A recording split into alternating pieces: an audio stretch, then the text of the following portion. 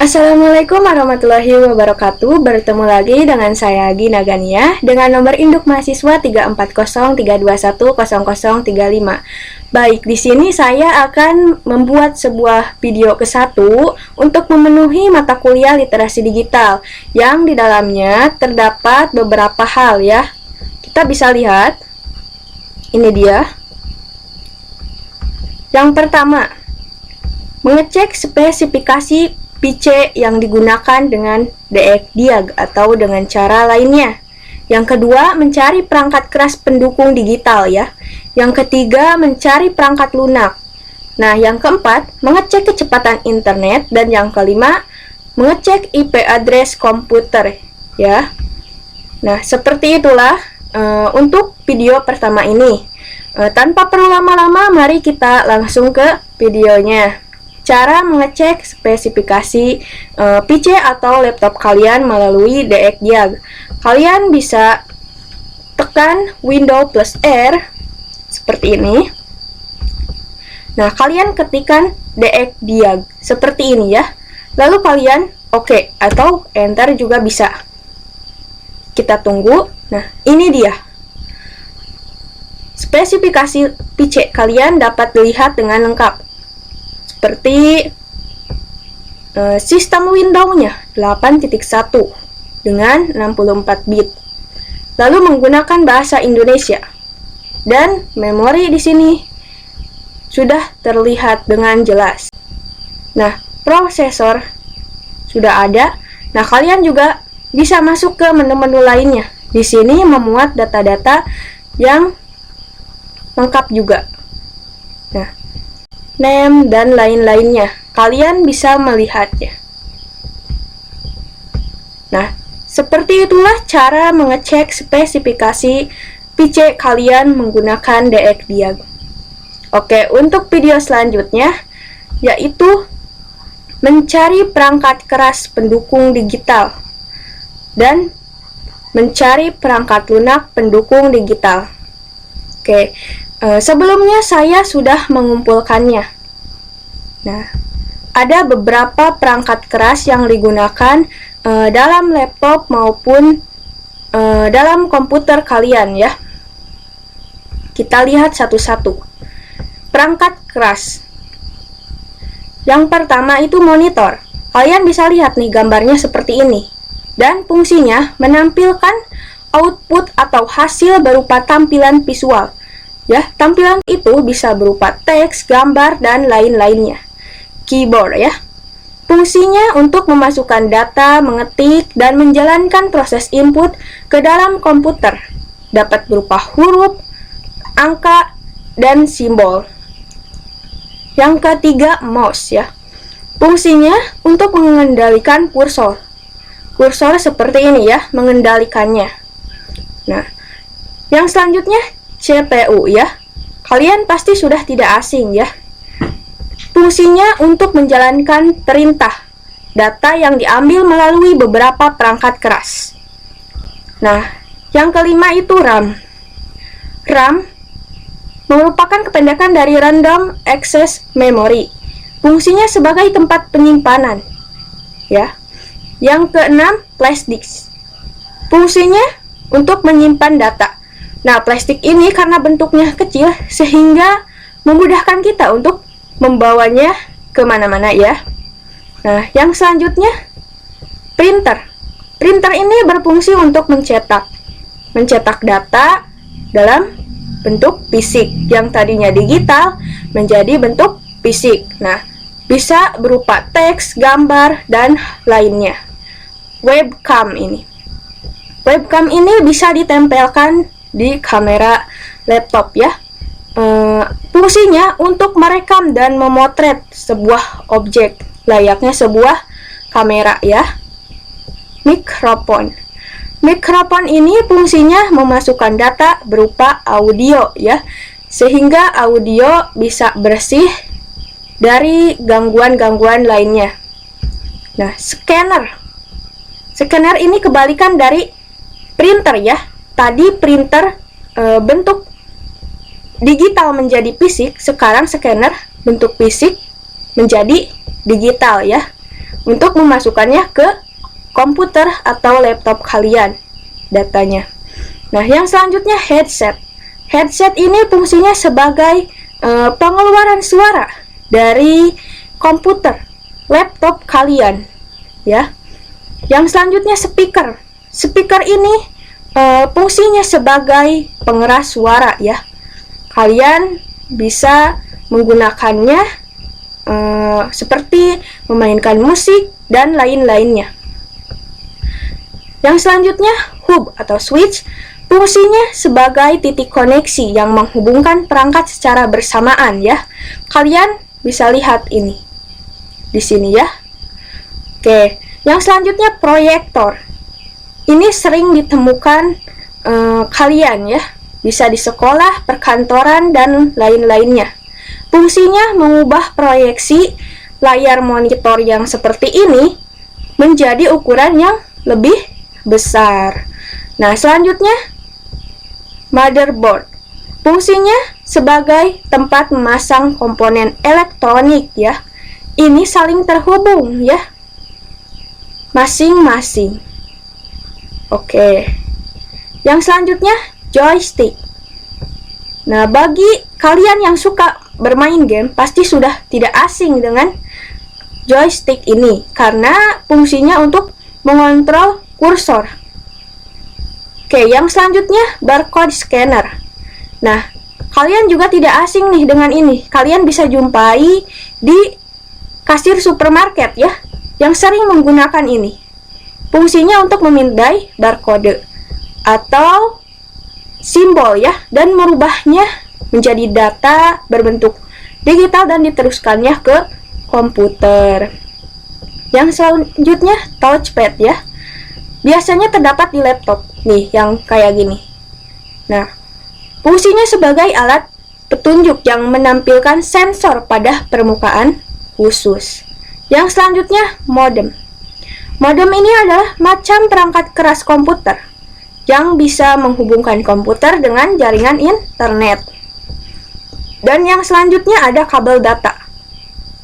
Kabel data ini perangkat keras komputer ya, yang fungsinya mengirimkan atau menerima data dari komputer atau ke handphone ya. Kalian bisa misalnya mengirimkan data file ya, file Microsoft Word atau hal lainnya ke handphone kalian menggunakan kabel data ini. Nah, itulah dia beberapa perangkat keras yang saya temukan dan cari ya. Sebelumnya perangkat keras ini hanya beberapa ya. Masih banyak perangkat keras lainnya, namun saya hanya menjabarkan beberapa saja. Dan selanjutnya perangkat lunak.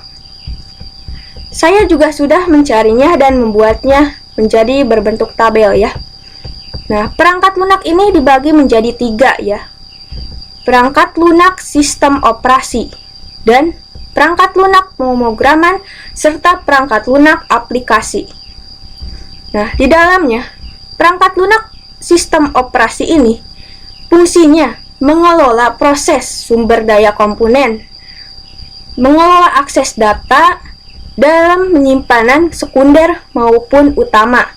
Nah, contohnya DOS, Unix, Windows, dan lain-lainnya. Kalian bisa lihat di sini. Contohnya Windows, ya. Selanjutnya perangkat lunak pemrograman, Visual Studio DLP, contohnya ya. Yang fungsinya perangkat ini digunakan untuk merancang program menggunakan struktur dan metode bahasa pemrograman ya. Dan masing-masing mempunyai bahasa pemrograman aplikasinya ini ya. Nah, yang selanjutnya perangkat lunak aplikasi. Mungkin kalian sering melihatnya atau bahkan sering menggunakannya, seperti Microsoft Word dan Google Docs, yang fungsinya digunakan untuk pengolahan kata. Kalian mungkin sering menggunakannya dalam misalnya pembuatan surat, pembuatan proposal, dan pembuatan makalah atau hal lainnya ya. Nah, selanjutnya Microsoft Excel.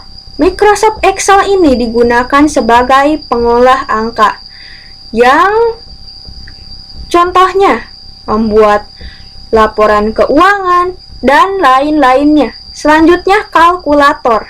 Kalkulator sama, digunakan untuk pengolahan angka. Saya contohkan di laptop saya. Untuk menghitung sebuah angka ya, kalkulator ini. Nah, seperti itu. Selanjutnya Adobe Photoshop. Seperti ini. Dan Corel Draw yang digunakan sebagai pengolahan gambar ya, Adobe Photoshop dan Corel Draw ini.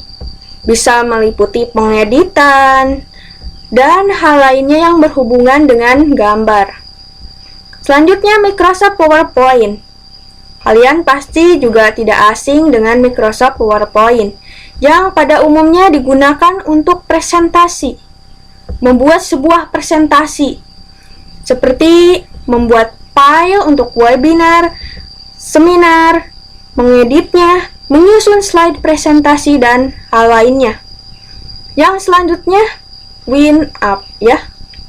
Digunakan sebagai aplikasi multimedia seperti kalian bisa mendengarkan musik, memutar video di aplikasi WinUp ini ya.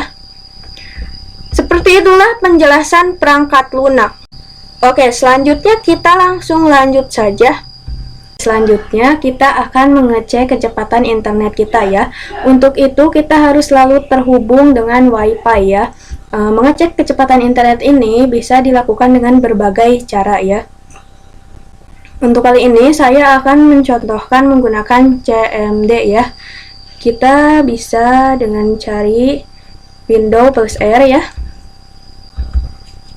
Akan muncul run. Lalu kita ketikkan di sini CMD ya. Kita klik OK. Nah, di sini kita ketikkan ping spasi www.google. Karena saya mencontohkannya Google ya, saya sedang membuka google.com. Kita cek enter.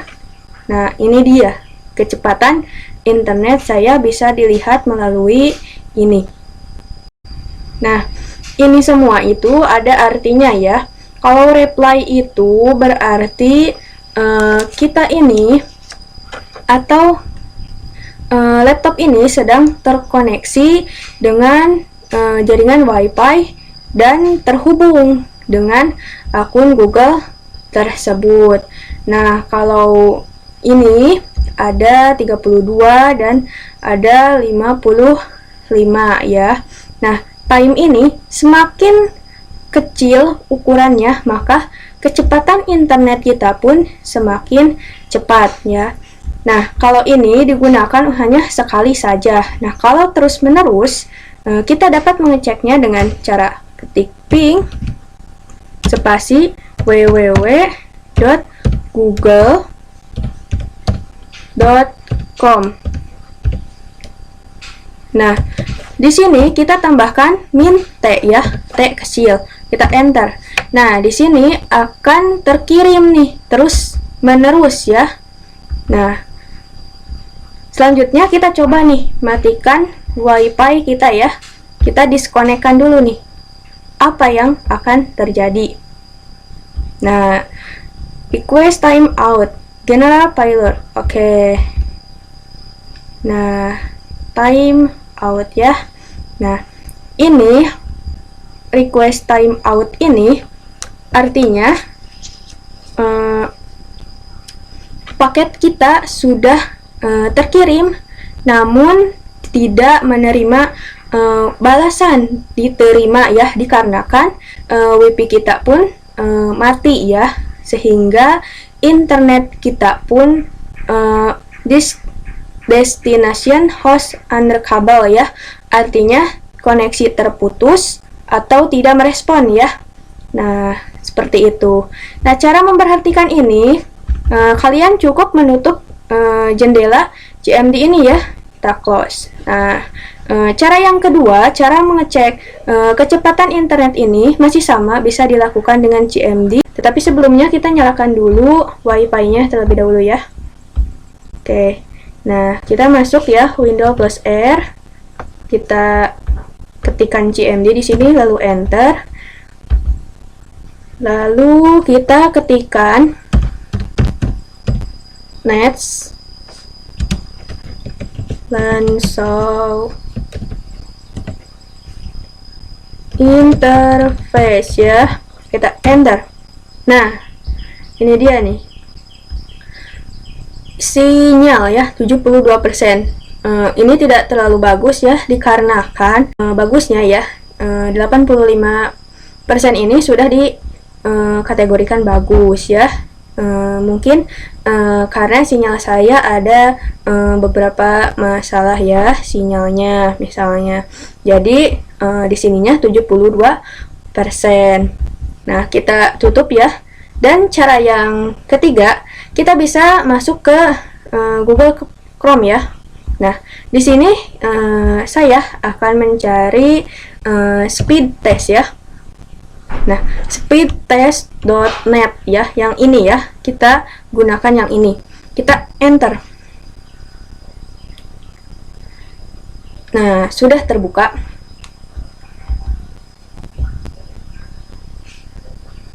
Oke, kita tunggu. Nah, di sini sudah tersetting ya. Kita langsung saja go. Nih. Kita lihat.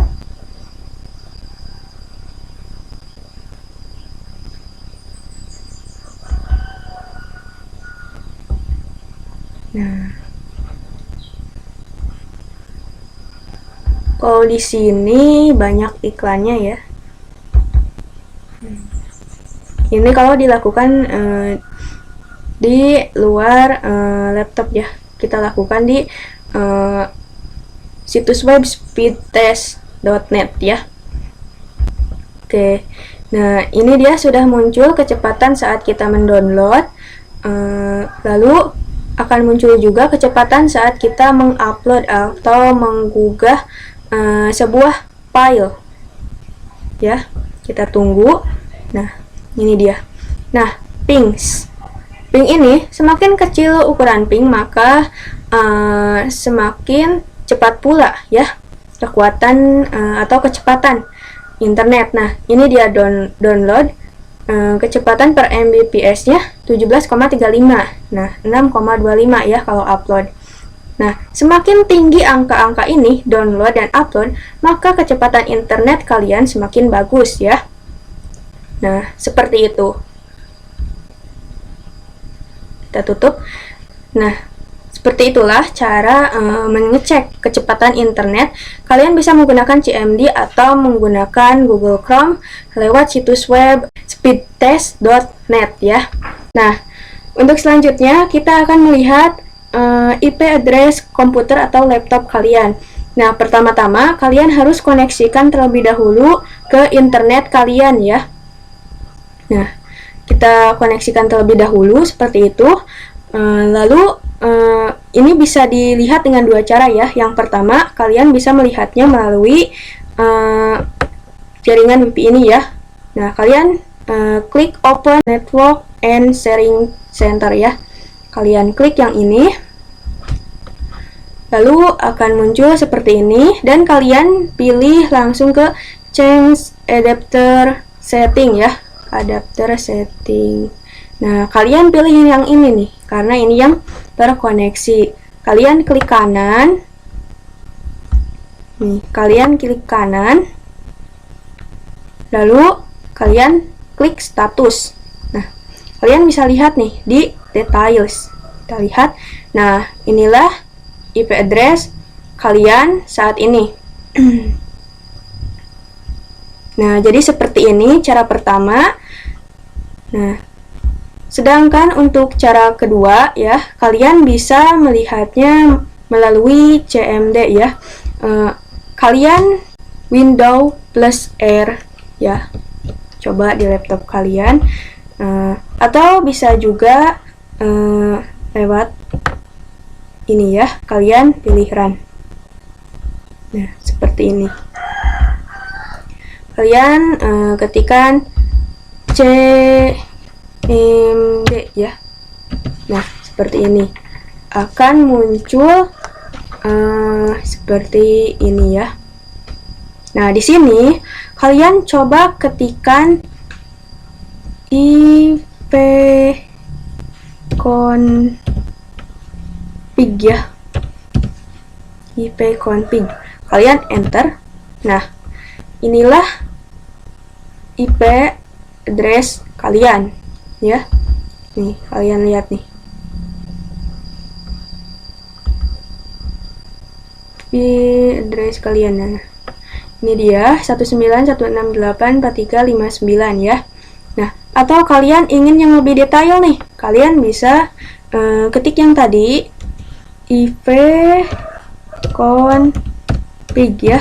Kalian tambahkan all di sininya ya. Kalian enter. Nah, ini dia. Ini lebih detail ya dari yang tadi. Nah, kita lihat nih di sini. Sama saja ya.